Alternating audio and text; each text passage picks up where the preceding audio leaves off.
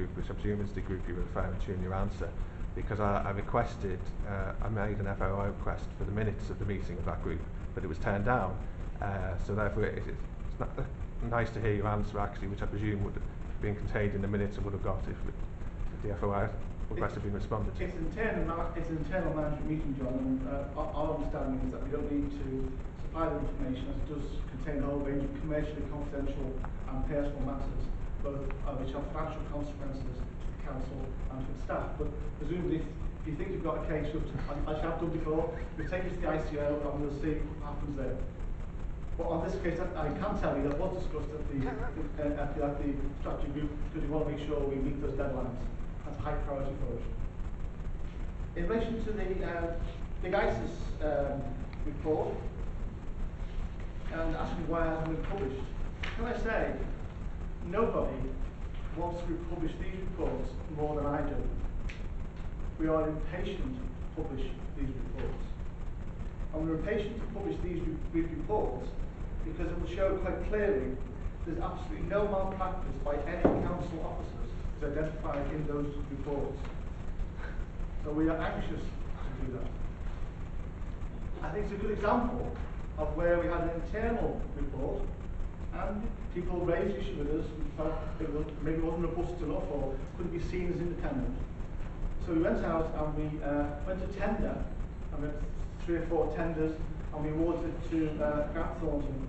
And Grant Thornton took a lengthy, I would say, investigation, and we have our own internal auditor, Garen here, who worked with Grant Thornton.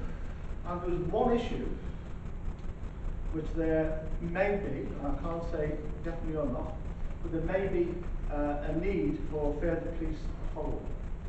Phil Davis was absolutely rigorous in saying that matter must be referred to the police. The police have asked us not to release that report because it may, and again may, interfere with a police investigation. I know Garen has been speaking to the police on regular occasions to try and get them to release the report. So you take it from me, as soon as that report is issued, it'll be out and distributed as far and wide as possible. Don't think Garen wants to add anything to that, Tom? No, not at this moment. As I say, it is part of an active inquiry, and once we're in a position to move forward, then obviously it will be released and any other information will be. Let's just check that with John. No supplementary. Okay. Right, the last question, not question, the closer question is it safe to withdraw? So I think that's a matter for the approved board, not for me, to be frank.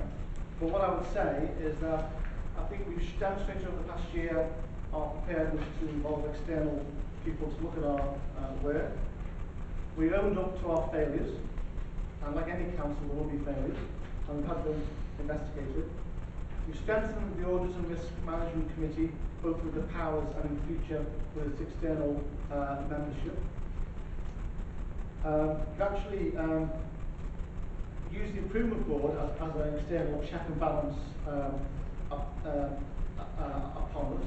And I do think our record will show that we have actually made progress and changed our procedures to allow external checking of our work. What I would say is that every council will make mistakes. Every council makes mistakes. It's an organisation of 4,000 full-time equivalents, just under £1 billion worth of spend. Councils make mistakes. Every council does. The key to me is how you react to those mistakes, how you learn from those mistakes, and how you actually put processes in place to ensure we don't make those mistakes again. And I think what we believe, and hopefully the Improvement Board, and we'll see what our external partners say the council has learned. That's not to say we're perfect, because we've got a long way to go, but I do think we're certainly, in my view, in a lot better position than many councils already in this area. I'm convinced the members' view, and I know it's all members, it's Jeff and Tom and Phil, all members have got the ambition for this council to be not only an average, reasonable council, but an outstanding council. That takes some years to achieve. That's the ambition that I know members have got for this council, and certainly I intend to try and work with them to deliver ambition. So it's not my decision, it's Joyce's and Improvement Board's decision and the LGA's decision, but that's not for them, not me. So perhaps I should be quiet now. Yeah, if I can pick up that point, I mean, basically this is part of the process. We wanted to be clear after over 18 months of the Improvement Board running, in looking at the evidence that says what kind of council is it now, what has changed, and what are its future prospects in terms of improvement. And that is part of why we're having this afternoon's session. We've tried to be very open about what we've seen, what is different. We're also very open that there are some next steps that are essential. Things like independent members on the audit and scrutiny feel very important to keep Wirral looking outwards and thinking outwards, as well as being able to deliver for its local community and being able to put itself relative to others and understanding and willingness to be challenged by people who are experts in the field. Improvement boards are merely one mechanism where we can see improvement come about, and the review is saying, has that mechanism, which has worked across all parties within Wirral Council very successfully, has, as we point out, worked eventually with the senior management team in a more inclusive way. But it really was a model that the council and the LGA put together as being the appropriate model at the time for the needs of Wirral. Wirral's moved on as a council. Now seems a really opportune time to review whether actually its continued improvement, as the Chief Executive has made clear, can actually be assisted in ways that are better and more relevant to the kind of challenges that it now faces as it moves forward. And we wanted to be open with you as the public, saying that from the evidence, we would say that the balance is that we should shift to the new arrangements. So there is a draft recommendation there for you to consider and comment on, and obviously we're already hearing from the floor that some of you would not agree with that recommendation. That's exactly the purpose of the meeting, to listen to where people are, understand their views and understand why they are there, so that when we come to the meeting at end of November, we will look at both the responses to the consultation, the outcomes from this debate, the outcomes of comments that we've received, and say, on the balance, is it the right thing to do? Sorry, did you want to? On respect to the last question, I mean, it may be that Jill and Joyce are going to comment on this one more than me, but from the council's side, the council on the 16th of November 2011 at the corporate governance committee put aside a budget of £33,660 to fund the work of the improvement board, and I understand that we're still within that budget in terms of the council spend. In terms of the payments the improvement board members receive or not, I think that's a matter that comes from the LGA, and they set any rates if they pay. Up to a number of people, I think, don't receive any payment. Those people may receive some payments or expenses. I don't know the detail of that. That's a matter for the LGA. I wouldn't expect people to individually have to disclose what they receive or don't receive, but that's the amount it costs the council. Okay, and we'll put the LGA part and then I'll come back to you. There are some modest costs for those people who aren't directly employed by the LGA. For example, this is part of my job. Two of our lead member peers on the team are also part of their sort of core hours. But there are some other modest costs, but none of that gets recharged back to the authority. That's picked up by the LGA as part of our national role to support and on occasions to challenge local authorities. We think it's been a really important thing for us to support the improvement board, and therefore whatever the council's own costs are, and I know you've been out on visits to other organisations and we've been strongly encouraging you to look at best practice elsewhere, but in terms of recharging any other costs and expenses and so on, we pick up on that. Yes, just one small supplementary on that. Obviously the LGA said they don't recharge you these costs directly, but I know there's an annual contribution that the council makes to the LGA. Could you say roughly how much that is off the top of your head? Or? Can't hear, sorry. We're being asked if if we could say about the LGA subscription and how much it is in a year. Thank you for waving. Thank you. Right, yeah, do you know the answer? The LGA, like all councils, make a contribution. It's based on population, not on usage of the LGA, which is probably a good job given the last couple of years, but on population. And the figure of 50,000, 5,000 a year sticks to my mind. I might be wrong, but I will check that and we'll publish that. Okay, so we'll have another published figure as a result of the conversation. Thank you for all of those questions. Really grateful to you and grateful that you have followed with interest the improvement board, and it's really good to see you here today and get your questions. So thank you. We will move on to the next questioner, and I cannot pronounce the surname, which is awfully remiss of me. Your moment has come. Would you like to, we've got your questions in front of us, so shall we take them as read? But I will give you the chance to come back as well. And if you need me to clarify any aspect of it, more than happy to. Okay. Right. Yep. Well, I think I'll split this into two parts, really, because the first paragraphs A, B, and C are probably more comments and a view and a recommendation rather than an actual question.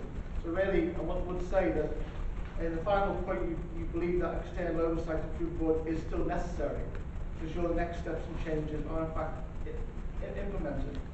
I would say two things on that. One, this council, like every council, will always have next steps. It will always have new targets, will always have new things to achieve. If the council stands still, it will go backwards.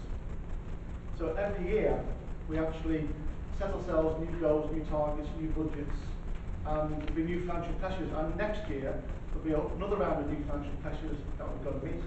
Another thing with legislative changes, some lessons we've picked up from the previous years. So there'll never be a steady state in any council in the country. The test of the improvement board is, have we fixed the key tasks they asked us for? And in the report, you'll see there were 5 key tasks that they identified for us to do.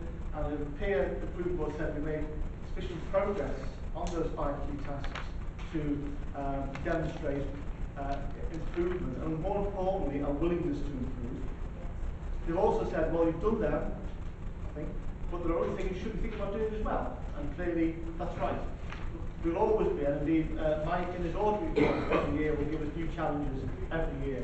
So what I'm saying is, at the end of the day, it's not my judgment, it's the board's judgment, and they'll make the judgment after picking up all these comments, other comments that will come in. But it's certainly, the task will never be done. It's always be going forward. Therefore, we'll never complete the tasks. And we shouldn't do either. That's all the challenge. So I'll leave it at that point. The second point is really about the constituency committee, particularly constituency committee. You're quite right. All other 3 constituency committees have met and elected their community representatives. You're also right, the Birkenhead Committee is meeting on the 28th of November.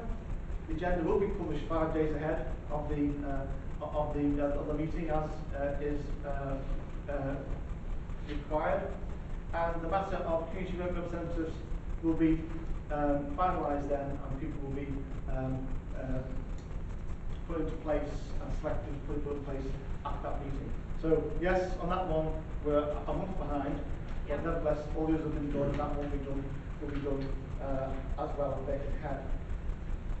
The point about neighbourhood committees, and you mentioned about was only giving 200,000 and just one right across each of the neighbourhood committees. It's been made clear, I think, by Phil particularly, that this is only a first step.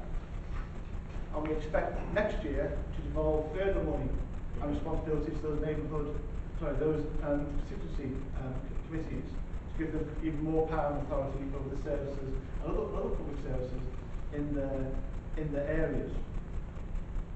Also, the point about dealing with deprivation, the point you're making, is just a standard across all the piece.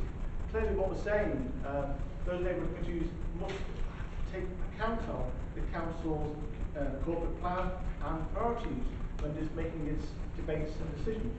Corporate plan around narrowing the gap, around dealing with deprivation, around building the economy, a safe environment.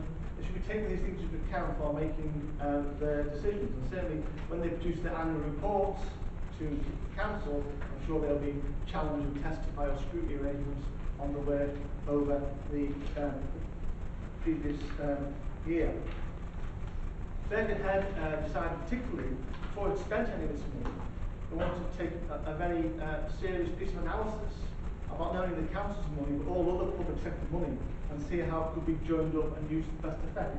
Now, other committees haven't done that, but what we're saying is, at the end of the day, these committees have got a certain amount of autonomy and can have different approaches based on the needs of their area or the wishes of their community. And the council wouldn't want to dictate to them that everybody's got to do exactly the same with the money, or exactly the same in terms of the way they spend this, or exactly the same in terms of their approach to other actions. It would be pointless if they were doing that before councils. So there will be variations between them, but also there are some overarching principles, and there will be more money going to them depending on the decisions that members reach at the Budget Council in both December and February.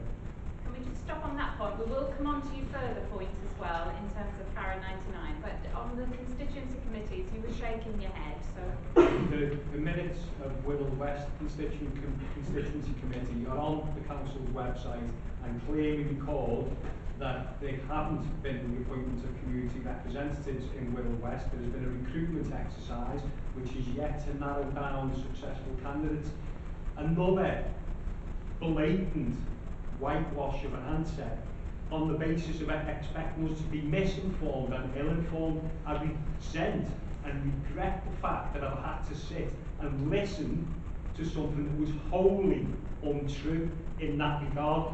You are the chief executive. You've stood there and you've blatantly been ignorant of the facts at best. At worst, you're aware of the facts and you mispresent them here. That's just not acceptable. The whole purpose of the board is to instill confidence in the public.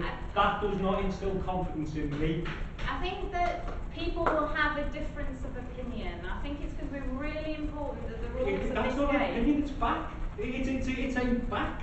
Yeah, but I think that we're here to explore where rural council is in terms of its improvement journey based on... But he's just lied, the chief exec's just lied, blatantly lied in a public meeting. Does that demonstrate progress as the improvement board? Does that instill confidence in you as a board? I'm afraid if it does, then there's something seriously wrong.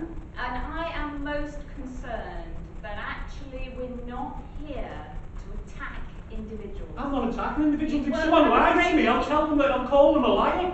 If you lie to me, I'll call you a liar. It's not personal to him. I would find it deeply offensive to be called a liar, would you? Well, when he's just stood there and said it, if I was lying, I would be embarrassed to have been called out. I speak the truth. Okay, I have nothing to hide. What I'm sure has happened is that the chief executive has given you the facts as he understands them. He has been very clear where he did not know the facts about actually following up questions from the previous speaker, the previous questioner. And I suggest that what we do is we move on, because I'm never going to reconcile two views so far apart. Yeah, that's fine. That's perfectly okay. Could I ask someone from the board, the chair board, makes comment about why there's a belief that external sites no longer required. We've heard from Mr. Burgess why he thinks it's no longer required. That's fine. I'm happy to listen and digest that. But really, the comment is aimed towards the board's recommendation that oversight is no longer required. And I've heard no comment from the board. Well, I'm afraid I think I did answer in response to the previous raising of it. The improvement board was the right mechanism 18 months ago. And it was a mechanism that the LGA and Wirral Council agreed when was in the position that he was. What we have done in the report is to test the themes that show whether it's a good council able to tackle issues going forward. Under those, you have the evidence that we have seen as a board, all members of the board, so Wirral Council as well as the external members, and that report is written by everybody, not just by one person. And what we've done is weigh that evidence. And what it says is there is progress under each of those headings. There is also a need to continue to improve. So we are not saying, and no one has said, it's the perfect model. And under then, the next section are the next steps that Wirral Council intends to take to continue to improve. And reading all of that evidence and weighing it, we have said our recommendation is the mechanism of the improvement board is no longer the appropriate one. It would be better to pick up those next steps, including the fact that the improvement board does come back, and it is relevant to your next point, at the end of March, to make sure that the plans are actually delivered in practice, and the budget challenges particularly are very significant for this council as well as for many other councils. So we are not saying it's a done deal. What we are doing today though is listening to a range of people and their feedback. And so certainly what is said, and you've got a lot of applause from the audience, so there are others in the room who feel, and you're echoing the comment made by the previous questioner, but actually on balance, at this moment, the board is saying, all members of the board, that they feel that that isn't the appropriate mechanism, but improvement still needs to happen.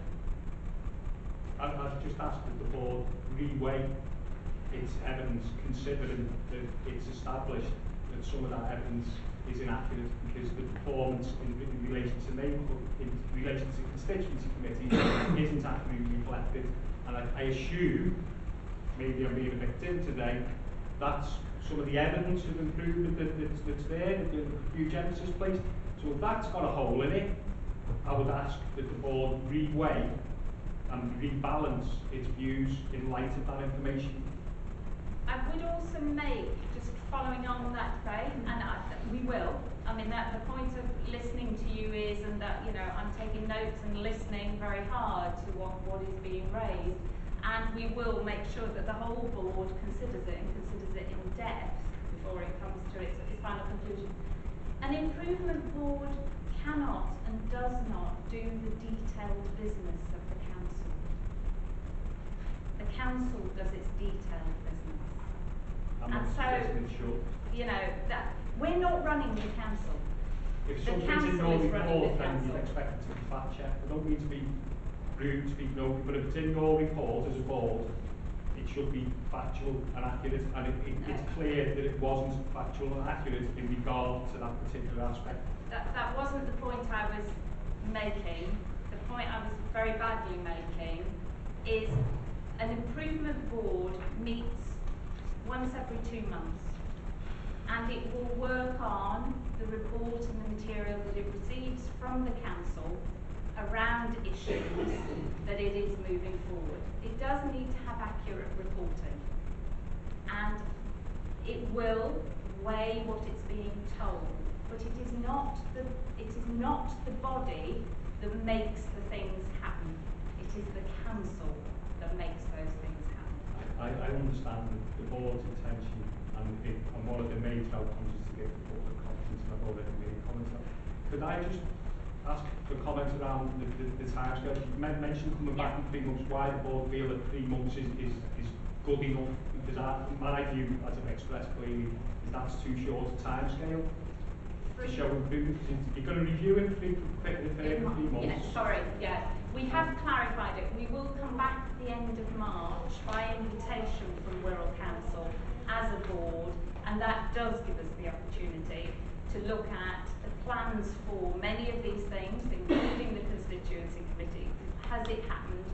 To what extent has it happened? But March is the best date, because by then they'll be knowing where their year-end budget position also is, and we will see, which is your next point about the red rating, whether what was planned has actually been delivered, and we can have a conversation at that stage about not what was hoped for, but what actually is delivered. Thank you, Mr. Chair. Can I first of all, I apologise if I've given misinformation on any of these matters. Obviously, the question which we received at 5 o'clock last night was mainly focused on Birkenhead. Maybe put it in late. No, that's fine. It was arrived about, I saw it about 5, 6 o'clock, and obviously, it's been focused on Birkenhead, therefore my